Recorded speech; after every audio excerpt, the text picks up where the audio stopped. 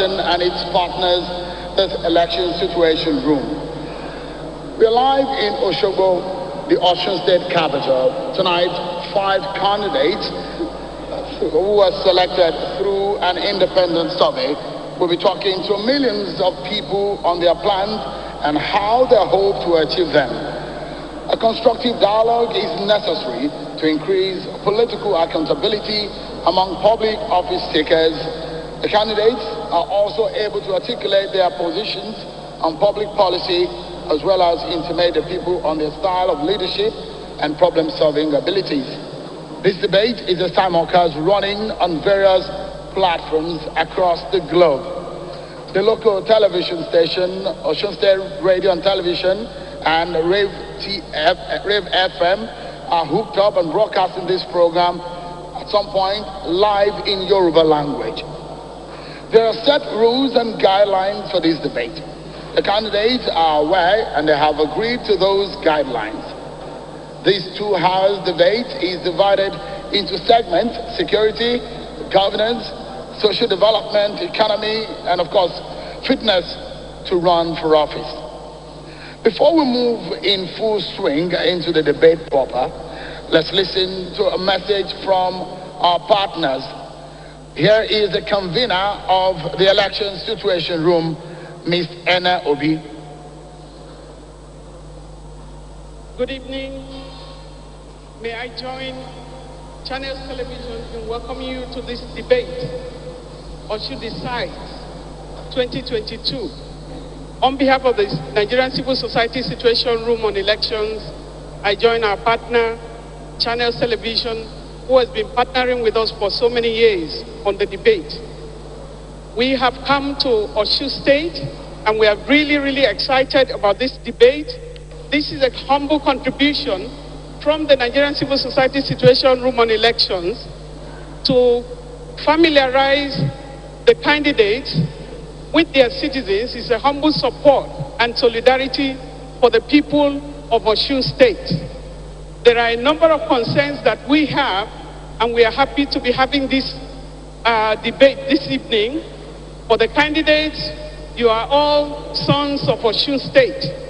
We want fair and credible election, and so we want to also commend INEC for the work that they have done so far, for the fact that the beavers worked in Ekiti much more than in the past. We hope that in Osun State, we will have a better work, the beavers will work more, votes will count. So we want to call on all citizens of Osun State that have the cards, your PVCs, to go out and vote for the candidates of your choice. We preach non-violence in elections. This is your choice for the next 4 years. If you don't make the right choice, you have to deal with whoever has been chosen for the next 4 years. We want to commend INEC for the work they have done. We commend the rec of Osun State for the preparation that they have done so far. And we hope that come July 16th, we will have a very credible election. This election is very important to Nigeria, to 2023. And so we want to commend all the team. And I want to say a big thank you to Shehu and the whole team, more than 40 people who work behind the scene to have the stage ready for this election. So we want to ask everyone, one of the major concerns we have is that of voter apathy.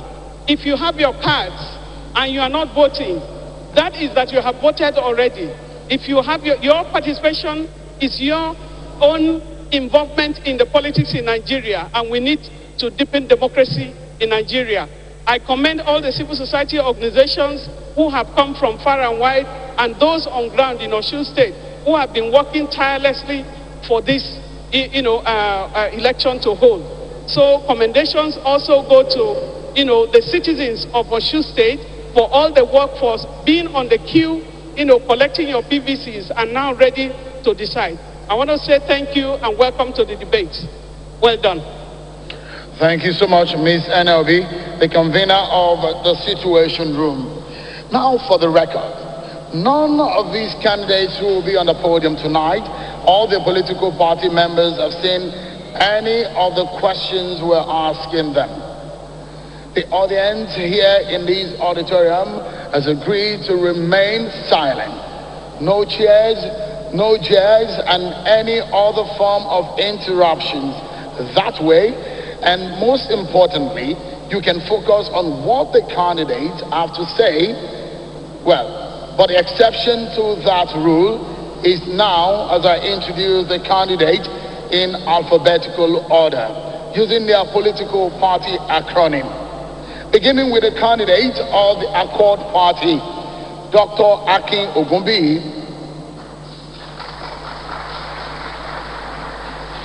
Next, the candidate of the APC, the All Progressives Congress, Mr. Goyega Oyetola, followed by the candidate of the Labour Party, Right Honorable Lasun Yusuf.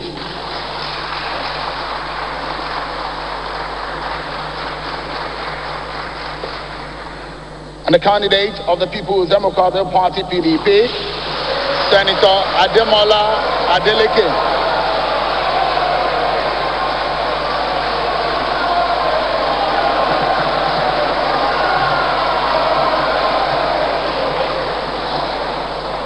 And the candidate of the Social Democratic Party, Architect Oyegoke Omigbadun.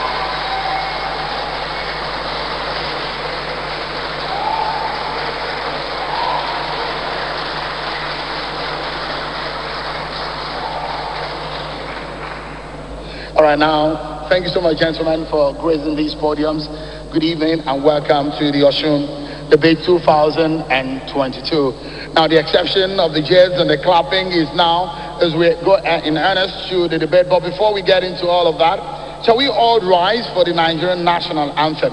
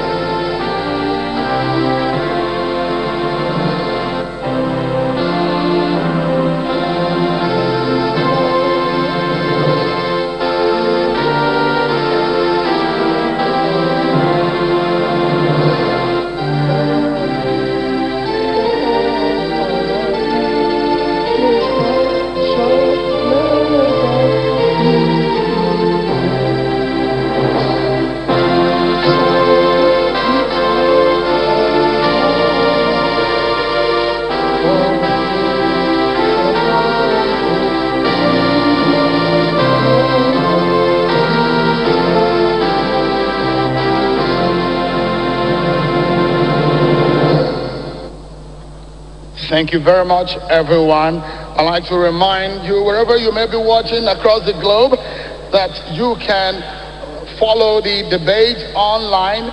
You can watch it live on channelstv.com or on our YouTube page. It's m.channelstv on YouTube, and of course on Channels Television. We'd like to also let you know that the Osun State Radio and Television Corporation is also live, and there is an interpretation of the conversation tonight in Yoruba language. Rave FM in Osogbo is also broadcasting this debate live. Thanks to our partners, the Election Situation Room and Financial Derivatives for research material supplied for this debate. And of course, follow us using the hashtag Osun Debate 2022. I must sincerely thank the five of you for coming tonight for this debate. We're kicking off tonight's debate with your opening statement. Each of you is to tell people of Osun State why they should vote for you as their next governor. I'd like to begin with Dr. Akin Ogunbiyi, of course, of the Accord Party, and you have 90 seconds, 1 minute, 30 seconds for your opening statement. Good evening, citizens of Osun State. I'm Akin Ogunbiyi, a graduate of Agricultural Economics, second class upper in Obafemi Awolowo University, an executive MBA from Institute of Graduate Management Studies, Barcelona, Spain, and I'm an alumnus of Harvard University, Oxford University, and Yale University. I am the Awolowo of this era, and when I become governor, I will deliver free education, free health. I will deliver 100,000 jobs, and I will carry out local government election within the first 6 months. Local government election is closest to the grassroots, and I was sure that election is taking place. My governor, I wonder why you cannot step down for me. Governor, you are my brother, and you have done it for 12 years. And of course,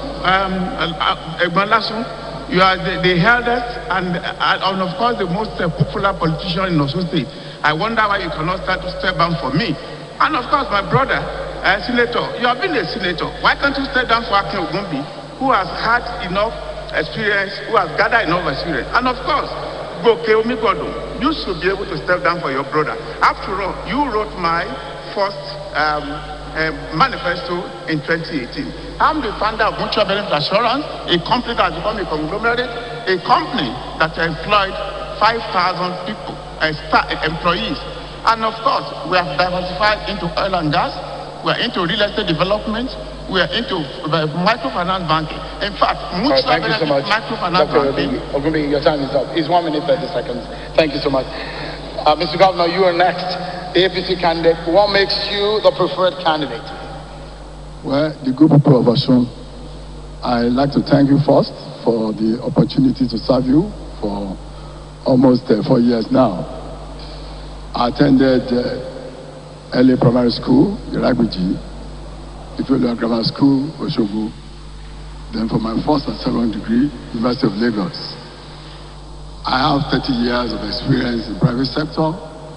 I have again 12 years of experience in public service. That makes me the best candidate for this job. Why am I running again? I've done so much within the little time I have, despite the challenges of COVID-19 and some other things.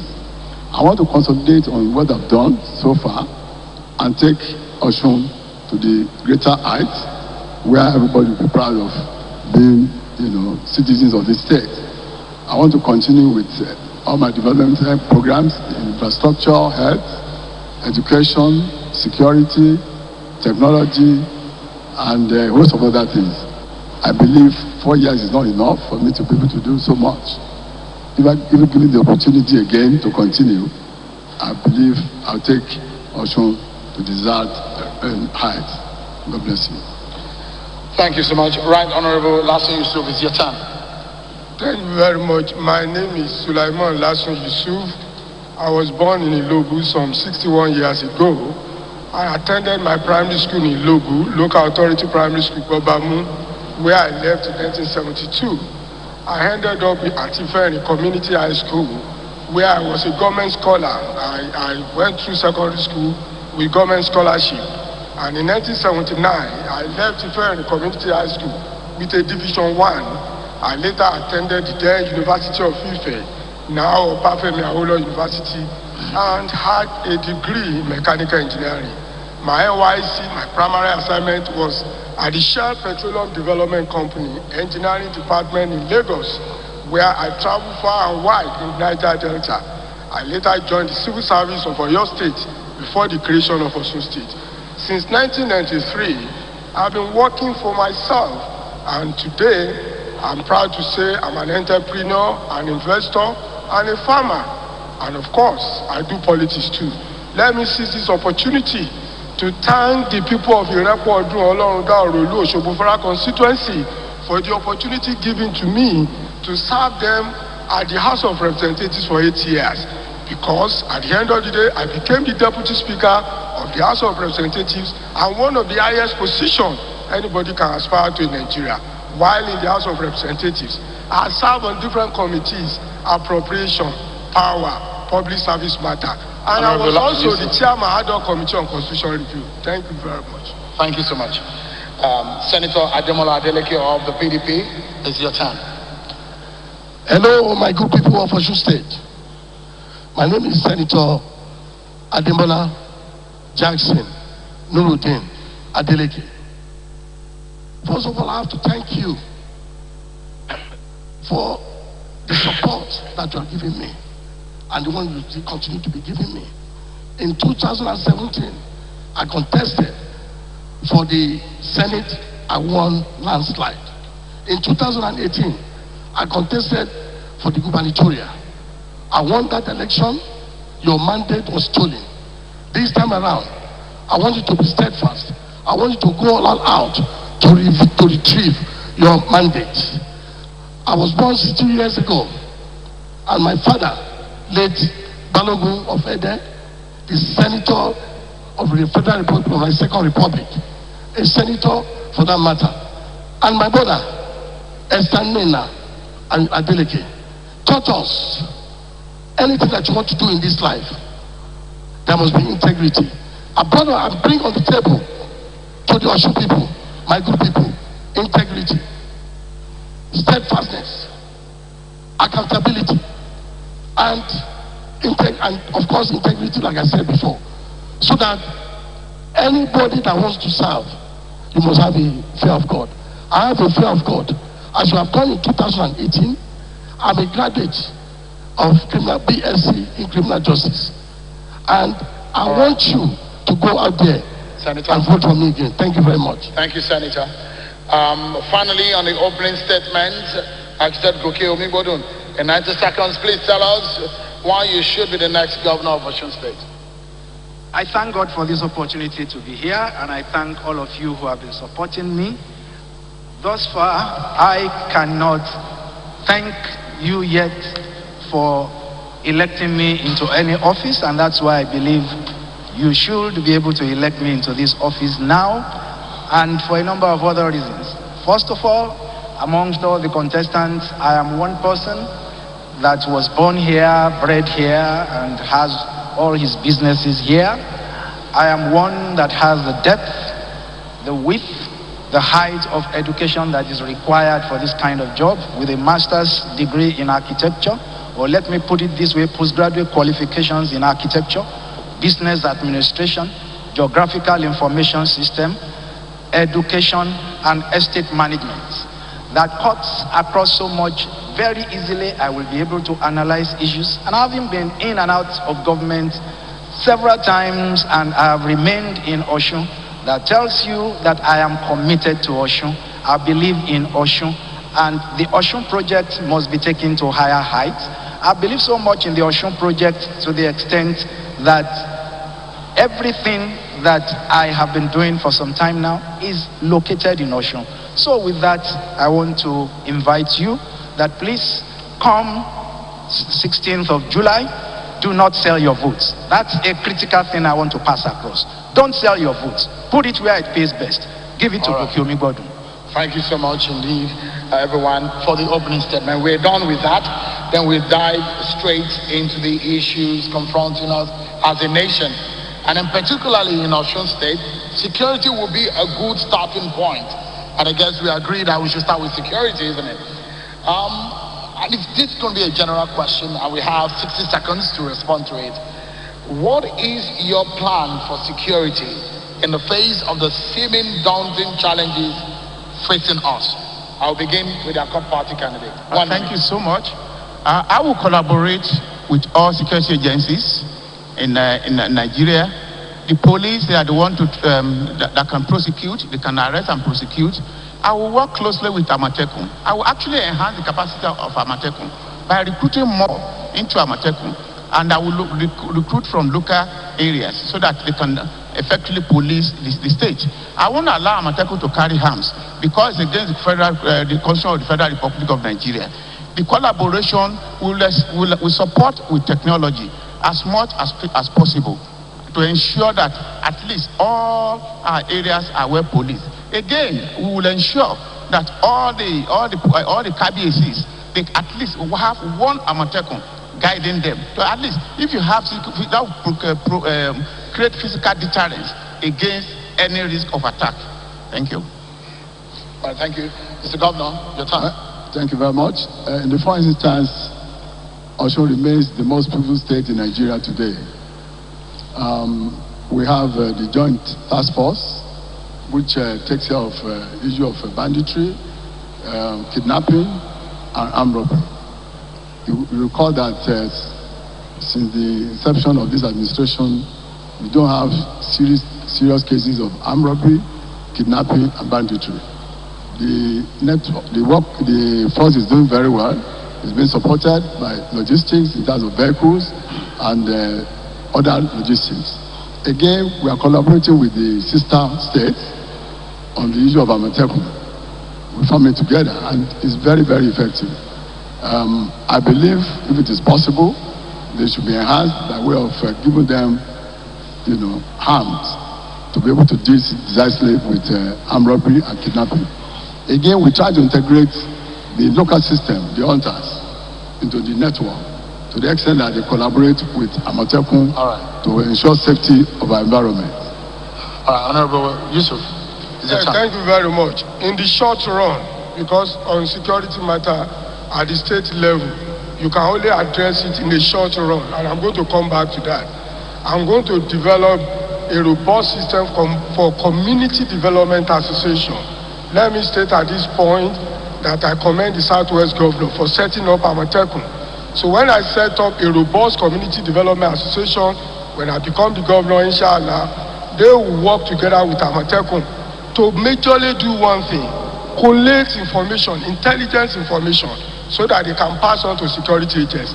Don't forget that police is on the exclusive list of the Constitution. And so for now, there's little any state government can do. The Amateku or whatever will form eventually can only have power of apprehension.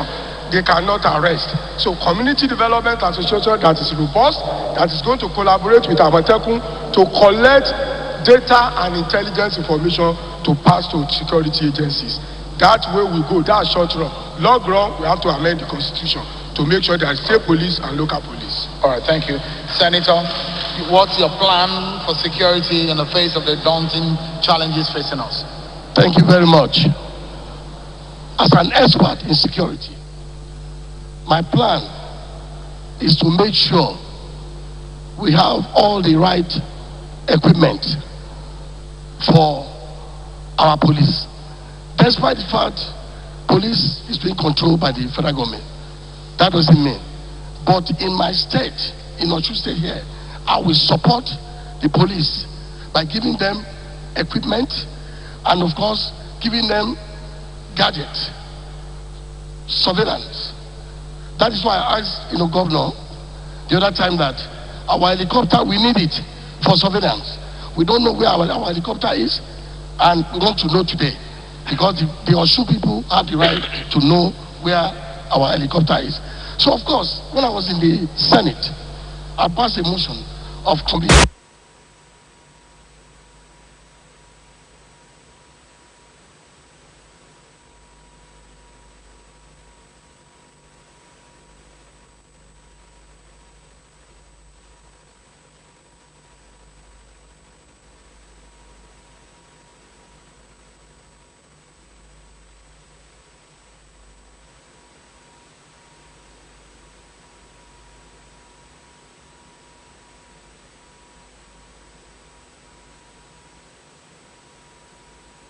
I want our governor to pledge that Amateku will not use for politics. I want our governor to promise the Osun people. Can you do that in 30 seconds? I don't know what he's talking about. I've made my statement. All right. We take a break, everyone. The matter of security is very important. We might be focusing and clear on that matter for a while on this debate. We'll take a break, and when we come back, we continue on the issue of security. Stay with us. It is Osun Debate 2022. We'll be right back.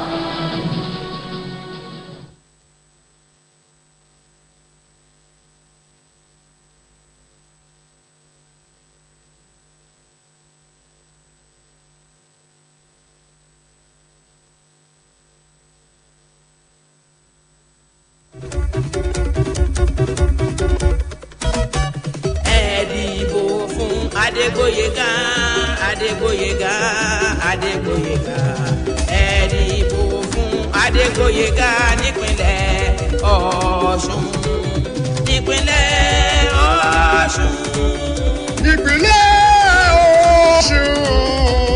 ẹ dìbò fún Adégbóyèga ẹ dìbò fún Adégbóyèga nípínlẹ̀ Ọ̀ṣun. 4 + 4 is equal to 8. APC ló lè ṣe.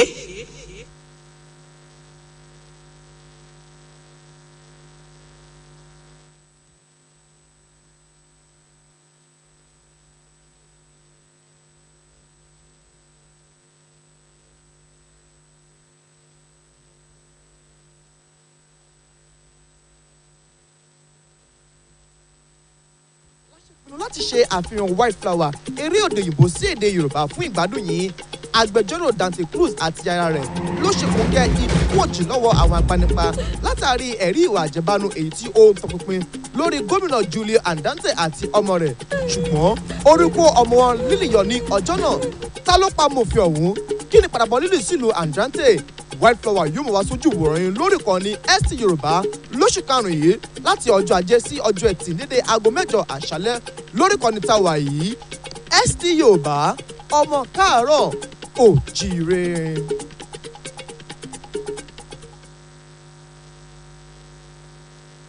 pa màmá olóríire ayarere lọ́ọ̀dì ọkọ ẹ̀ màmá Mrs. Adéọlá Olúwatóyìn Ọláfárẹ́ ní Adéyẹmọ tẹ̀ jáde láyé. Màmá jáde láyé ní ọjọ́ kẹwàá oṣù keje ìyá 2021. Màmá wa Adéọlá Olúwatóyìn tí wọ́n ti fi ìgbà kan rí jẹ́ Director of Administration ní Transport Office lábẹ́ àkóso Ministry of Works and Transport. Òṣogbo olóògbé Adéọlá Olúwatóyìn. Ọmọ wọn ní Mọdákẹ́kẹ́ Àkùnráyè. Màmá Yọ̀mídé, màmá Yọ̀tọ́lá. Ẹ ò sọ pé ò jẹ́ mọ́. Ikú ló yọwọ́ yín láwo. Ọkọ yín, àwọn ọmọ yín tó fi dórí àwọn àbúrò yín. Ẹbí, ará ọ̀rẹ́, àtojúlùmọ̀. Wọ́n ṣèrántí yín lẹ́nìí àti lọ́jọ́ gbogbo. Màmá wa Olúwatóyìn adára níwà bí Ọ̀ṣun. Ó ti pé ọdún kan lónìí tẹ́ ẹ fi wá sílẹ̀ lọ sílé ayérayé. Afẹ́yìn ṣùgbọ́n Jésù Kristi fẹ́yìn jù wá lọ. Ibi tẹ́ fàdàgbà ayé rọ̀ sí. Àwọn ọmọ ní ó lò yòókù. Káre o màmá olóríire. Ọmọ ọlá. Ọmọ amú ògì tútù láìrò. Ṣèbéyìn ló máa fi aṣẹ́ mu omi kíkan. Ìyá wa Adéọlá Olúwatóyìn Ọláfárẹ́. Aya wọn nífẹ̀ẹ́ oyè ìfẹ́ òdáyé. Sùnre o. Àbúrò yín Mrs. Taiwo Ọládòjòyè ló ń kéde lórúkọ gbogbo ẹbí. Where there is peace, there is harmony, there is affection. It is in the atmosphere of peace that we can plan for development and be able to execute them. Violence is not good for our politics. Shedding of blood will not move Osun forward.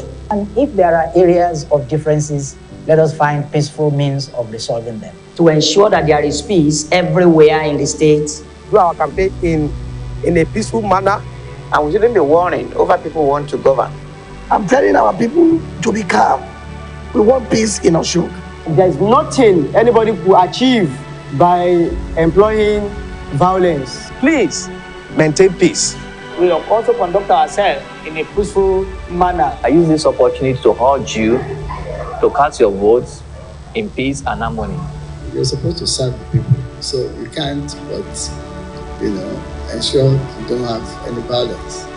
This message is kindly brought to you by the National Peace Committee with support from the European Union and the Swiss Embassy.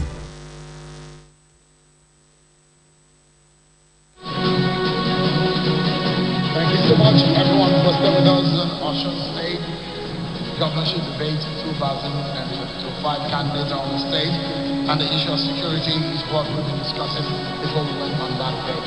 Welcome back, gentlemen.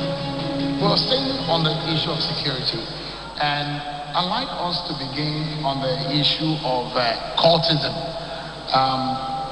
Cult groups are very rampant, and in Osun State, we've seen cult clashes in Brewery, Ifofin, Idasa, Irojo, areas of, especially in Osogbo, there's been violence. And I'll take this question from the governor, then we'll be able to go around the room. Why has it been difficult to curb or to take out these cult groups that is ravaging and disturbing the peace of Osun State people, especially in Osogbo? Well, I think it's important for us to please, first of all, look at what the conventional security people are doing. And that is part of why we believe Amateco is given the opportunity, because they know the local terrain, they know those boys, they can be very effective in dealing with them. So it's an ongoing thing. We've been doing that. They've been collaborating with police to, reduce. I don't know precisely why it's like that, but with the collaboration between Amateco and the conventional security agencies, I believe we are going to eventually rid them of the state.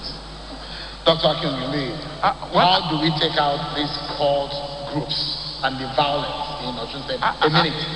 Let me ask the governor, is Osun government actually working for its citizens? Where are the beneficial values of government? What we are seeing is a a sign of failed state.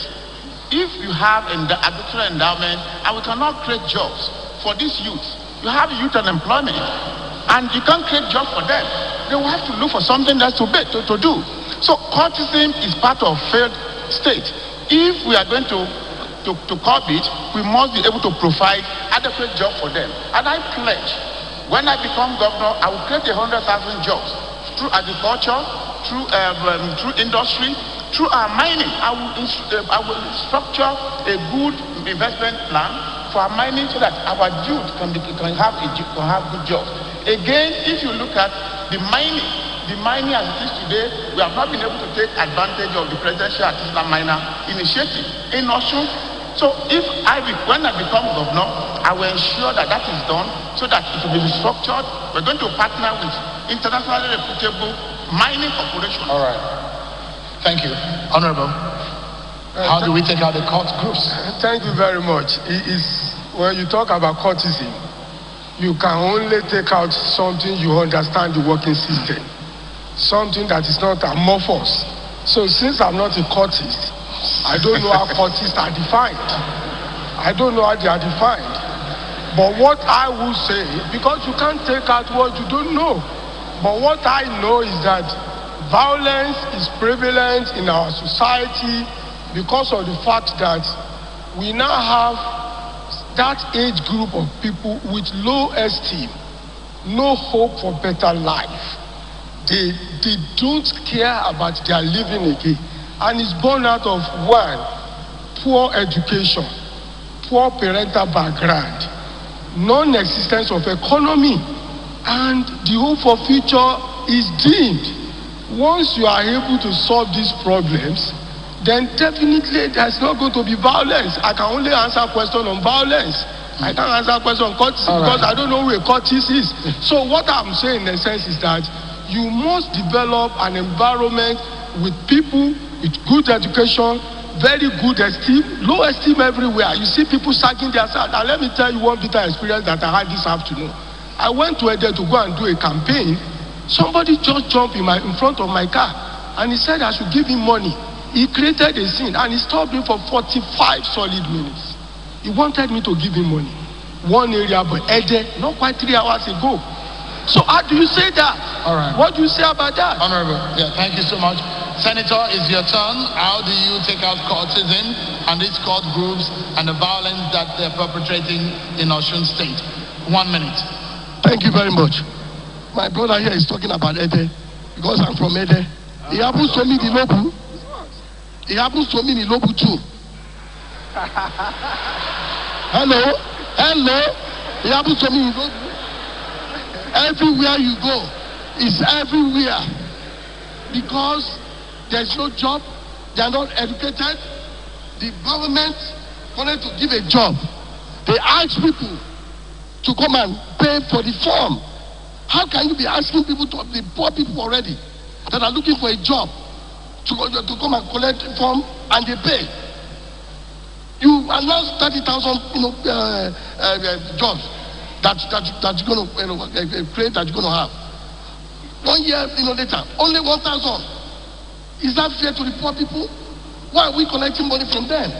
Why can't we just give them form and say what we mean? Not that we will just talk for talking's sake. When I get here, whatever I say, my integrity, stand. That's what I'm going to do. Education. All right. The time is up, sorry. Mr. Mingwadu, courts, the actions, the violence in Osun State, how do we take them out? Yes, thank you. I'm also not a cultist, but I know how to take out cultism because that's one of the reasons I want to be governor. I must have a way around things.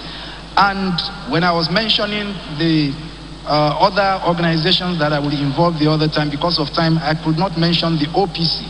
The OPC too will be involved. But I believe that the idle hand is the devil's workshop. So when you have a lot of youth that are jobless, there is no way they will not constitute a menace for the society.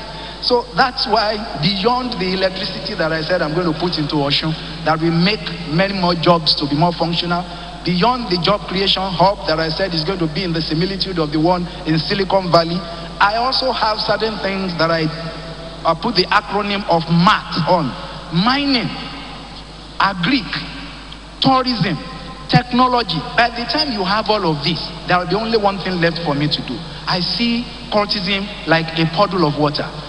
Carrot and stick approach will handle it. Let there be an outlet for that water to go. That is the carrot. The ones that are clean will go. The ones that are the dredges will have to be flushed out eventually. All right, thank you. On this issue of security, I'll still be saying your name. And I like to take an example, because Ondo State is a neighboring state. And there was an attack on the Catholic Church in Owo, in Ondo State. That attack, the federal government says it was backed by ISWAP, the terrorist organization.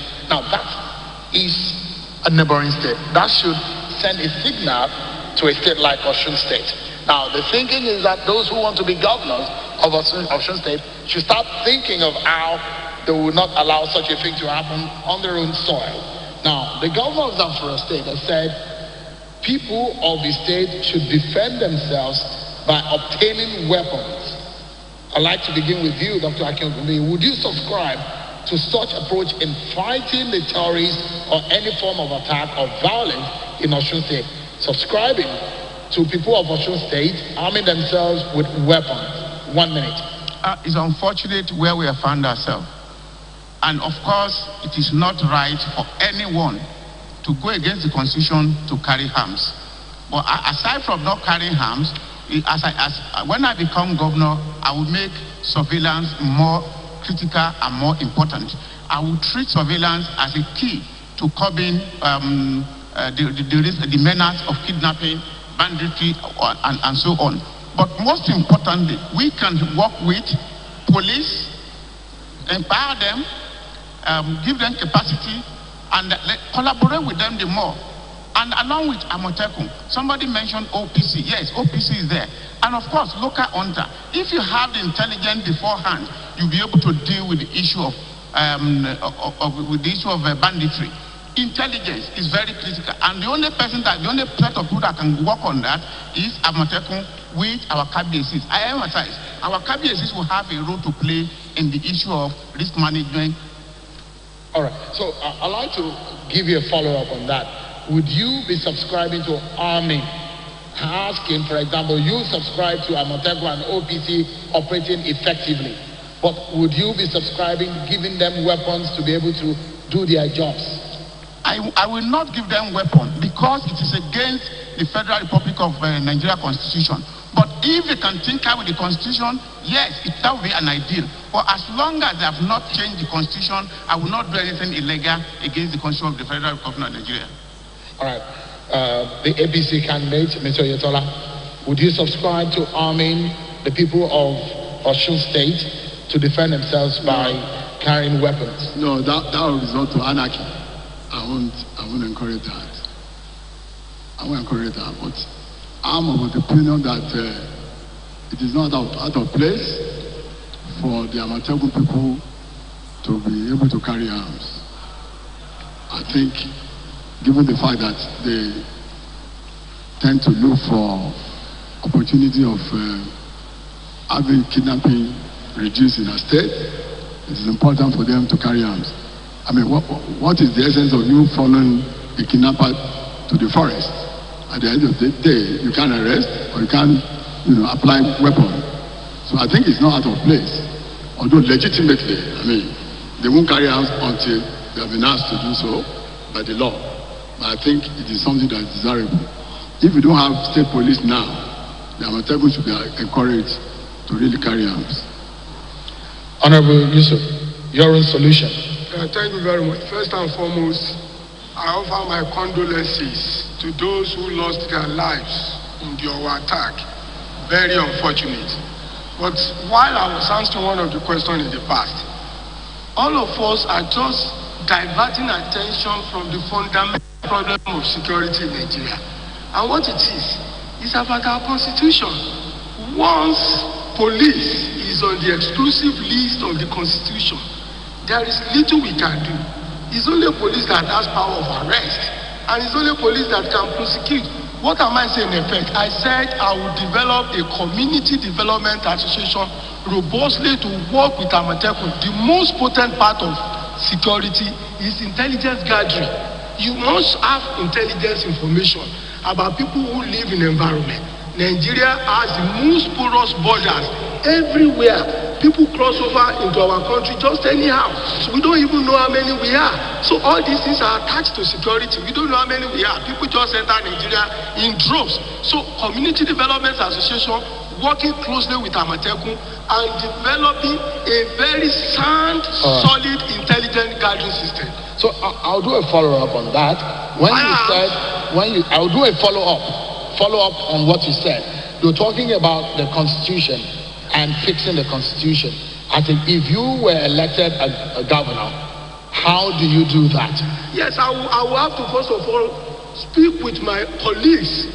For the first time in the history of Nigeria, we must make a deliberate effort, because the major problem of Nigeria today is the Constitution. When you have a Constitution with about 38 items on the exclusive list, go and check other foreign countries, developed countries. They normally have 5 items at the federal level. 1, military, foreign affairs, currency matters, central bank, or what you call reserves, and issues of passports. Those are the things the government at the center concern themselves with in the developed country. But when you have federal government of Nigeria talking about education, establishing university, let me say here, people don't even know that in America, election is never organized by federal establishment.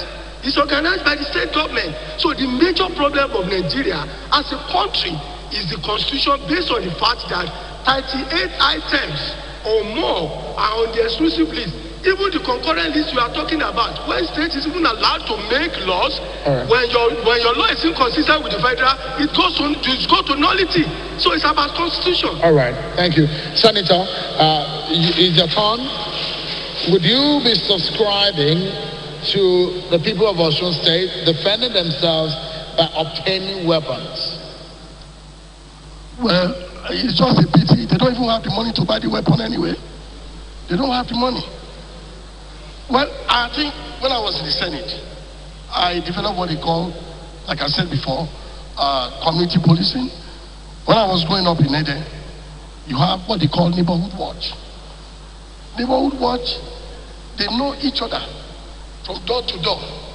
If a stranger comes in, they will alert each other. So they work together. I will talk to our KBSC, our royal fathers. The way we used to do, I will bring it back. Let's have neighborhood watch. They call it in a form of community, policing, so that we can attack the security that is coming into our neighborhood. But I agree with my brother here, Lasso. It's a constitutional matter, and you don't want to go against the Constitution. But maybe later, when the Senate or the House of Rep, when they amend the Constitution, for us to have a state, police, which I supported when I was in the Senate, and of course, I will agree with that.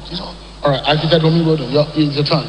1 minute to do that. Straight away, I'll tell you that I do not believe in citizens carrying arms. We are all quick to cite examples of certain wonderful things happening in other parts of the world, but when those things also go awry, we should remember that in Illinois recently, in Texas, in New Jersey, there were cases of shooting, and in many other states. So is that the kind of thing that we want to bring to Nigeria? I don't think that is it.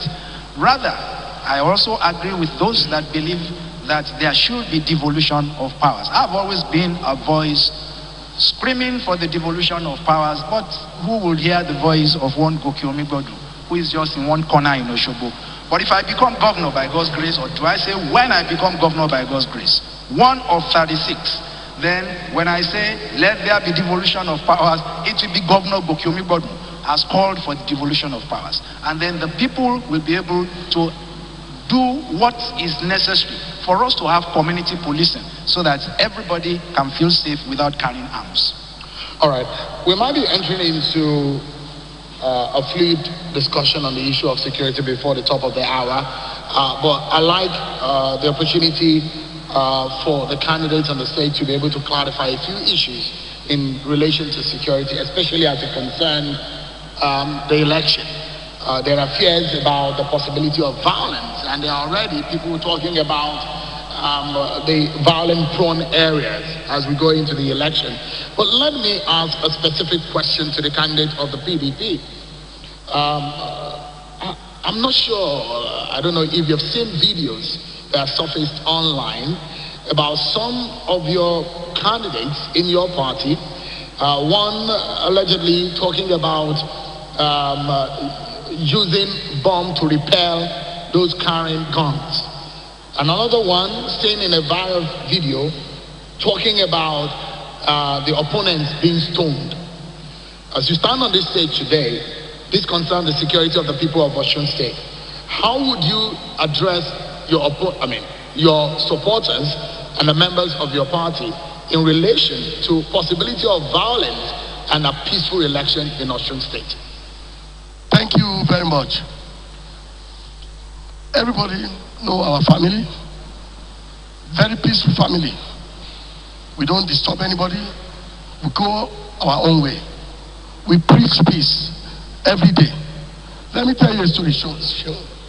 In 2018, when our mandate was stolen, when they called the inconclusive thing and they did the election, they carry cutlass. They were killing our people, throwing stone, shooting. Channels was there too, you saw it. Fact check. They were doing all that. But people came elders to my house, said, we want to go and attack back. I said, no, we are very peaceful. We're going to retrieve our mandate through legal means. And that's what we did. We won at the tribunal before they start magic again. Magic of...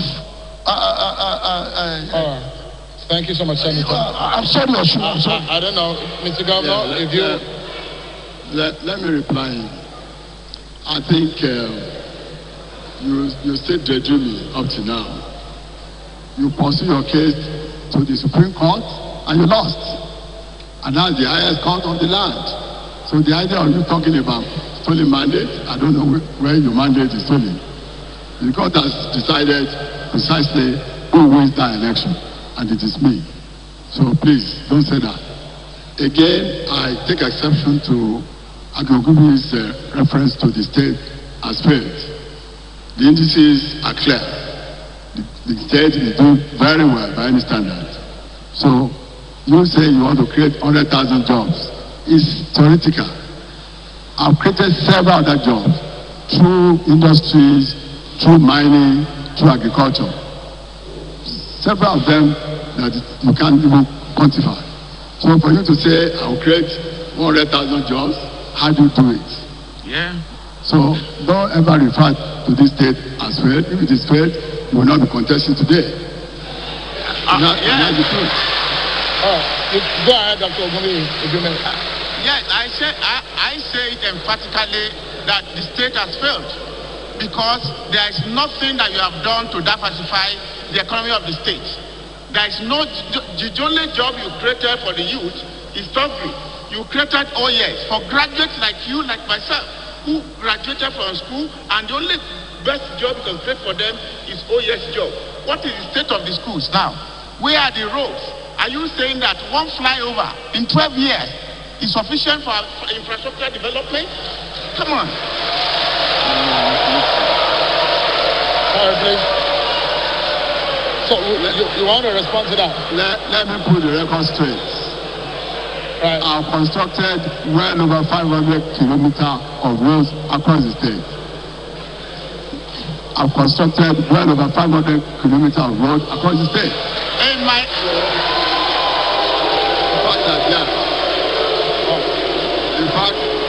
The facts are there for anybody to see. By the grace of God, I will construct the roads from Osogbo to Ewo, and I will get to your village.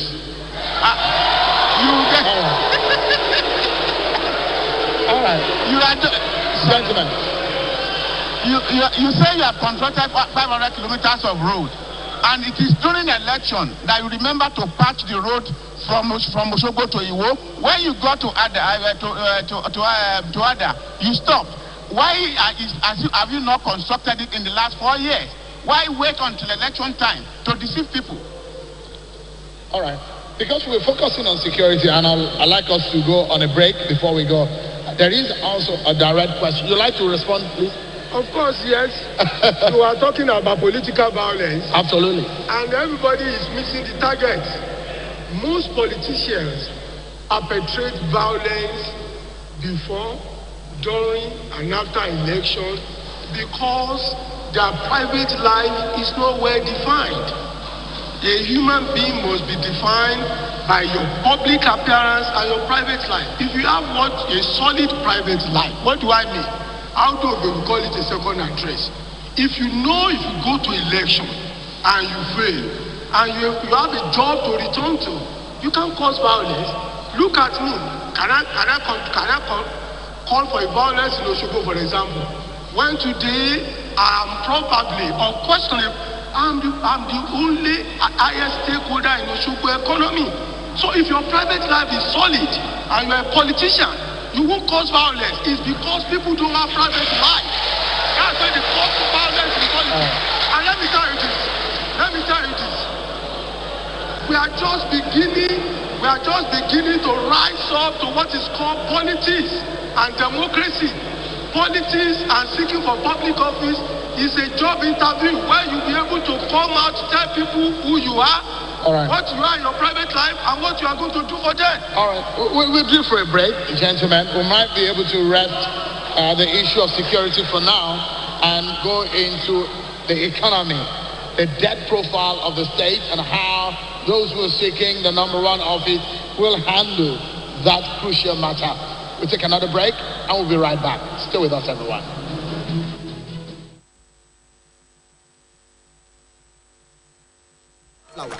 Bí ẹ ti mọ̀ pé a fẹ́ràn yín, la ṣe pinnu láti ṣe àfihàn white flower eré òde òyìnbó sí èdè Yorùbá fún ìgbádùn yín. Agbẹjọ́rò Dante Cruz àti aya rẹ̀ ló ṣèkóńgẹ́ ikú òjì lọ́wọ́ àwọn agbanipa látàrí ẹ̀rí ìwà àjẹbánu èyí tí ó ń tọpinpin lórí gómìnà Julio Andante àti ọmọ rẹ̀. Ṣùgbọ́n orúkọ ọmọ wọn Lílì yọ ní ọjọ́ náà. Ta ló pa mòfin ọ̀hún? Kí ni padàbọ̀ Lílì sílùú Andante? White flower yóò mọ̀ wá sójú ìwòran yín lórí ìkànnì ST Yorùbá lóṣù karùn-ún yìí láti ọjọ́ Ajé sí ọjọ́ Ẹtì dédé aago 8 àṣálẹ́ lórí ìkànnì táwa yìí. ST Yorùbá, ọmọ káàárọ̀ òjíire. Where there is peace, there is harmony, there is affection. It is in that atmosphere of peace that we can plan for development and be able to execute them. Violence is not good for our politics. Shedding of blood will not move Osun forward. And if there are areas of differences, let us find peaceful means of resolving them. To ensure that there is peace everywhere in the state. Do our campaign in a peaceful manner, and we shouldn't be warring over people who want to govern. I'm telling our people to be calm. We want peace in Osun. There's nothing anybody will achieve by employing violence. Please maintain peace. We will also conduct ourselves in a peaceful manner. I use this opportunity to urge you to cast your votes in peace and harmony. You're supposed to serve the people, so you can't but, ensure you don't have any violence. This message is kindly brought to you by the National Peace Committee with support from the European Union and the Swiss Embassy.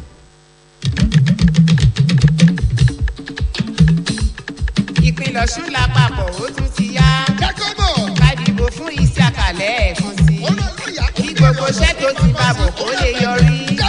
Ìtẹ̀síwájú ìpínlẹ̀ Ọ̀ṣun ṣe kókó. Opportunity ló lè sọ̀rọ̀ wá dayọ̀ o. Oyètọ́lá gbogbo lè fẹ́. Gbogbo lè fẹ́. Iṣẹ́ ọwọ́ gbogbo wọn fẹ́ o. Gbogbo lè fẹ́. Ìyálọ́jà gbogbo wọn fẹ́ ọ. Gbogbo lè fẹ́. Òṣìṣẹ́ ìjọba gbogbo wọn fẹ́ o. Gbogbo lè fẹ́. Oníṣẹ́ ọwọ́ gbogbo wọn fẹ́. Oníṣòwò gbogbo wọn fẹ́ o. Onímọ́tò gbogbo wọn fẹ́. Gbogbo ọ̀dọ́ pátá gbogbo wọn fẹ́ o. Àkùdá gbogbo wọn fẹ́ o. Ajégúnlẹ̀ gbogbo wọn fẹ́. Ọkọ̀ kàfáyà má má gbọ́ tẹ̀lé. ló lè ṣe é. wa màmá olóríire ayẹyẹ lọ́ọ̀dì ọkọ ẹ̀ màmá mrs adéọlá olúwatóyìn ọláfárẹ́ ní adéyẹmọ tẹ̀ jáde láyé. màmá jáde láyé ní ọjọ́ kẹwàá oṣù keje ìyá 2021 màmá wa adéọlá olúwatóyìn tí wọ́n ti fi ìgbà kan rí jẹ́ director of administration ní transport office lábẹ́ àkóso ministry of works and transport òṣogbo olóògbé adéọlá olúwatóyìn ọmọ wọn ní mo dá ẹkẹ àkùnráyè màmá yọmídé màmá yọtọ́lá ẹ ò sọ pé ò jẹ́ mọ́ ikú ló yọwọ́ yín láwo ọkọ yín àwọn ọmọ yín tó fi dórí àwọn àbúrò yín ẹbí ará ọ̀rẹ́ àtọ́júlùmọ̀ wọ́n ṣèrántí yín lẹ́nìí àti lọ́jọ́ gbogbo màmá wa olúwatóyìn adára níwà bí ọ̀sùn ó ti pé ọdún kan lónìí tẹ́ ẹ fi wá sílẹ̀ lọ sílé ayérayé afẹ́yìn ṣùgbọ́n jésù kristi fẹ́yìn jù wá lọ ibi tẹ́ ẹ fàdàgbà ayérò sí àwọn ọmọ ní ó lò yòókù káre o màmá olóríire ọmọ ọlá ọmọ amú ògì tútù láìrò ṣèbẹ́yìn lọ́ máa fi aṣẹ́ mu omi kíkan ìyá wa adéọlá olúwatóyìn ọláfárẹ́ aya wọn nífẹ̀ẹ́ oyè ìfẹ́ òòdáyé sùnre o àbúrò yín mrs taiwo ọládòjòyè ló ń kéde lórúkọ gbogbo ẹbí.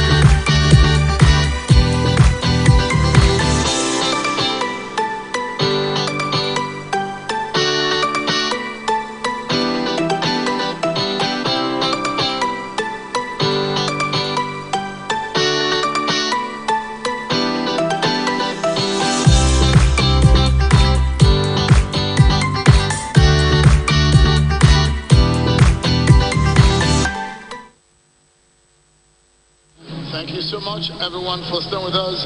It's the Osun Governorship Debate 2022. Don't forget, you can follow the conversation using the hashtag Osun Debate 2022 online. And also, we are live on Channels Television and, of course, on our web page and on channelstv.com. Locally here, Osun Radio and Television, OSRC, is live in Yoruba language, and Rave FM is also live with us. Let's now dive into the issue of the economy. And I'll begin from my right this time around with the candidate of the SDP. IGR to budget ratio in Osun State is estimated to hover below 15% for the past 4 consecutive fiscal years. If elected as the next governor, I didn't hear that. Let me take it again. The IGR, the internal generated revenue to budget ratio in Osun State, is estimated to hover below 15% for the past 4 consecutive fiscal years. Yes. If elected as the next governor of Osun State, you will inherit the 2022 budget of 129 billion, which is expected to be financed with IGR of 19 billion. That's 15% of the budget. With the dwindling federal allocation, how do you intend to finance this budget? 1 minute, please. Well, the first thing I'm going to do is to stop wasteful spending. There is a lot of wasteful spending right now, just paying party cheerleaders. Every chairman of the ruling party in every ward 389, the vice chairman and all the other expos, whether directly or indirectly, are drawing salaries. These salaries do not come from heaven. They are coming from the resources of Osun State people. So by the time you stop wasteful spending, then you begin to see things. It is amazing that we have, for that budget of this year, 76 billion of it is for capital expenditure, when just 2 or 3 years ago, the entire budget was just 82 billion or so. So now you have 76 for capital expenditure. What have we seen on the road to justify this? But beyond the immediate, I've just spoken about the immediate, I am looking into something.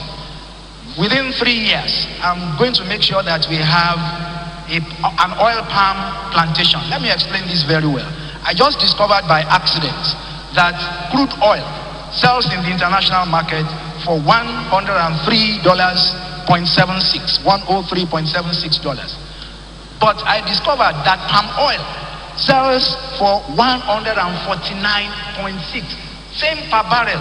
So why is it that we are not tapping back into that when Africa is the best place for oil palm? It was taken from here, but right now 85% of oil palm in the entire world is between Malaysia and Indonesia.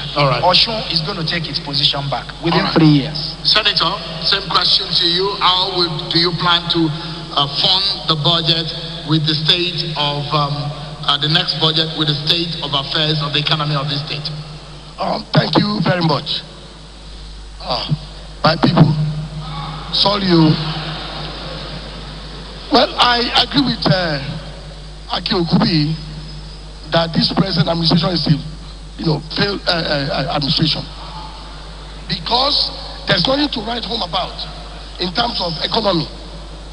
You can go around sharing, go and see yourself. All the roads throughout is so bad. Anywhere you go, it's so bad. I travel everywhere. People are crying. They are hungry. Nothing for people. So the government even need to apologize. Of why our people are suffering. Silence, please.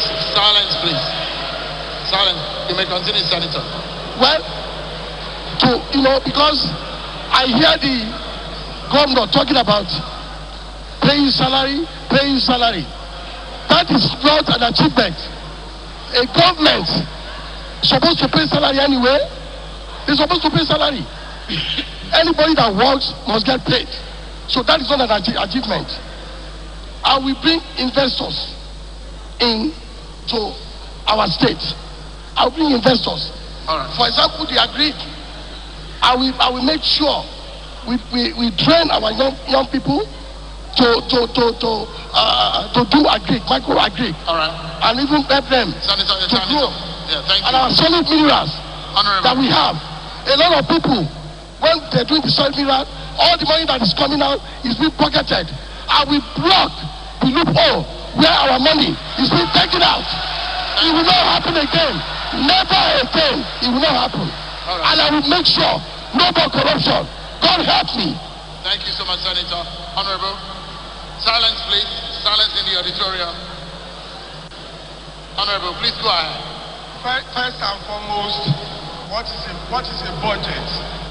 A budget is an act of assembly that contains statements of government spending that is going to be financed by revenue derived from taxes. That's what budget is all about. Act of assembly containing statement of government spending that is going to be financed from taxes. And how do you finance a budget when taxes are going to be derived from three major areas? One, income tax, then tax on companies from their profit, and finally what they call sales tax, which is value-added tax. So these are three sources of taxes. It means a government runs better on taxes. But where there are no economy, how do you finance? How do you get your tax?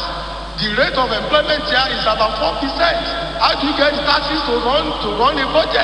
So the first solution is to create an economy.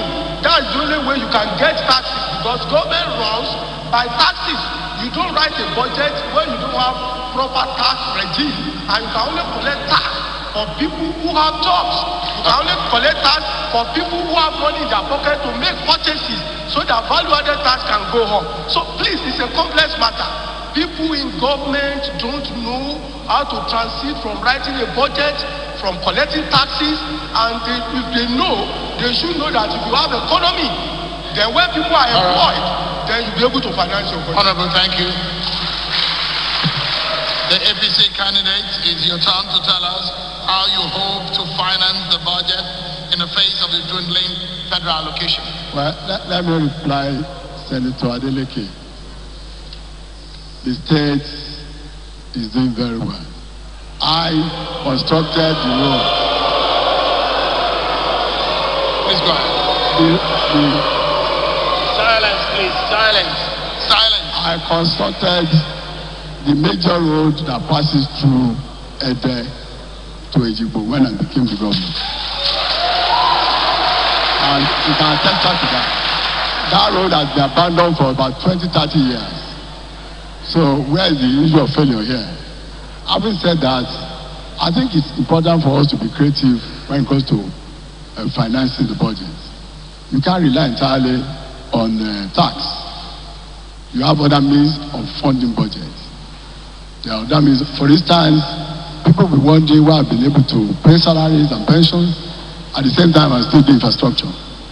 I created a concept, alternative project fund approach. I collaborate with contractors that have the means. We have an understanding, and I pay in piecemeal. I've been able to deliver a lot of these roads without necessarily borrowing from anywhere. And as I speak, I've implemented up to 70% of the budget as I speak now. So it's not an issue. All right. Dr. Akilgumi, it's your turn. Thank you so much. The solution is empower people, create more entrepreneurs that can bring into tax brackets. The only way you can sustain or you can fund your budget is to ensure that people have jobs to do, and I'll do vocational training for all our youth. They can go into tie and dye, we can go into hide and skin. In fact, we can get a whole lot of the youth to diversify and train them in all this vocational training. I will give interest-free loan to women, to our mothers, and we can do that through social intervention funds. So, if you create jobs, like I said, we create 100,000 jobs. ICT alone, ICT hubs, we can create ICT hubs around the state, and that can generate about 50,000 jobs. If you have people who are endowed, who are employed, who are self-sustaining, they will pay taxes. You don't need to force it on them. So taxes is a major source of funding the deficit, of funding the budget. All right, thank you so much. And I'd like to begin with you, Dr. Ogunbi, and we go all the way back. Foreign investment inflow is a veritable engine of growth and economic development. Let me give you some background. Osun State is known for low level of foreign investment, with a record of only a total of $29 million in the past 13 quarters, 3 years plus. In the fourth quarter of 2022, a total foreign investment into Osun was zero. If you are elected as the governor of the state, what would you do to make Osun State a choice destination for foreign investment? Thank you. You know my background. I have a very successful entrepreneur. I started a company at 5 million naira and it has become a conglomerate. I've been trusted and I can be trusted. I have integrity, and because I'm part of the corporate world, people in the private sector will trust me to bring in their money. We will create development funds around our mining, and we will use private participation. Indeed, mining alone can create a whole lot of jobs for us if we structure it along the Presidential Artisanal Miners Initiative. We'll bring in, partner with very notable mining corporations, and if you do that, it will not be a case of Chinese artisanal miners who are damaging the land, mining and damaging the land. It will be a case of mining and reclamation. So I will buy cranes for the legal miners, we'll register them, we'll buy cranes for the excavator for them, and we create a buying center. It's a shame to have a state that produces gold, and there's no company that is refining gold in Osun State. That will be my first situation within the first 6 months. Mr. Governor, should you be re-elected, what would you do to ensure that Osun State is a choice destination for foreign investment? Well, let me say this. In 2019, we had the first Osun Investment Summit. And immediately after that, you could see that we have attracted capital inflow of about $29.9 million. That's to show that, the effect of that summit is seen. But for the fact that, and we've actually had a number of companies that have established here. If you go to the free trade zone, you see some of them. You go to Dagbonu. Let's go ahead. You go to Dagbonu, you see some of them. You go to all these places, you see some of them. They're talking about mining. I think all these things we will do this. These are things we have been doing. We've attracted Baja Mines. Baja Mines is the first company to produce 12.5 kilograms of gold. The gold is there. They have a buying center, and they've employed a number of our people. In addition to that, we have more than 4 other companies that have signed MOU with us. They are doing excavation as we speak now. We don't want to encourage too much of artisanal mining because of the issue of damage to the environment. We're looking at responsible mining. This is what we have been doing on mining. All right. Honorable, foreign investment. How would you make Osun State a choice place destination for foreign investment should you be elected? First, by making sure that government gets itself involved in the business of building businesses. So many people who don't know, we say government has no business in business. Whereas government is the only entity that never dies, it's a continuum.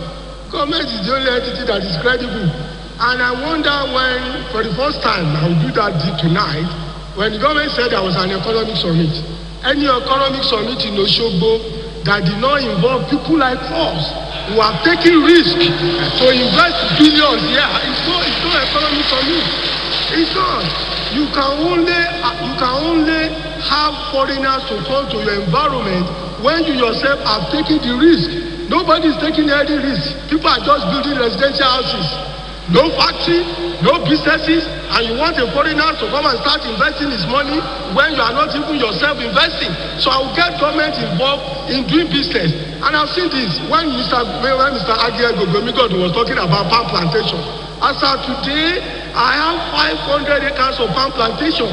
And the last government used political differences against me to send me out of 1,203 acres of land in Iloba Ijesha that I will have developed to international standard now. People here must take risk. You must establish business. Government must get involved in establishing business. When foreigners see that, then they will not come with their money. Foreigners will not come and invest their money when they do. All right. Senator, silence please. Senator, how would you make, in the face of the dwindling federal allocation, how would you make Osun State a choice place for foreign investment? Well, thank you very much. Well, as you know, I'm an international guy. I have connections. And I introduce what they call fact check. Whatever that we say here, you must go and check it. You must check. Now, out of all of us are running for governor here, we must first of all ask ourselves, what have we done into our state? What have you invested in your state before you can become governor and bring investors? Number one, I will make sure corruption is to a minimal level, so that people that want to come and invest, we know that they will not put their money in their pocket. That's what they are thinking of, and they know what is going on. They check every day. Which they want to come and invest. Which road are they going to pass through? Which road? The airport that we're supposed to have completed is still there. We're going to ask them to bring their chopper and land in Oshogbo there. We can't nowhere to be found. So now when I've come up, already I have a blueprint already. I'm talking to my people, the investors. They are ready to come and invest in Osun State, and that's what I'm going to do. I make sure I promise them that there are no corruption. Mr. Bigbodo, it's your turn. 1 minute, please. Thank you. I believe in public-private partnerships, but there should be a limit. So there's a limit to which I believe government should go into business. But that's just as an aside. I studied the economies of two particular states. And in studying the economy of those two states, I got this inspiration, which I call Agbada Oye. That is a job creation hub that is ICT based. I studied the economy of California, and I discovered that until 1971 and then thereafter that Silicon Valley got into that place, the economy of California was just like the economy of any other oil producing states there, like Texas. They were all competing. But right now, California is light years ahead of the rest and is able to compete with the rest of the world and never more than 7th position. I studied the economy of Karnataka state in India, and I discovered for California, when eBay, Hewlett-Packard and Adobe got in there, they started paying taxes. That was foreign investment coming in there.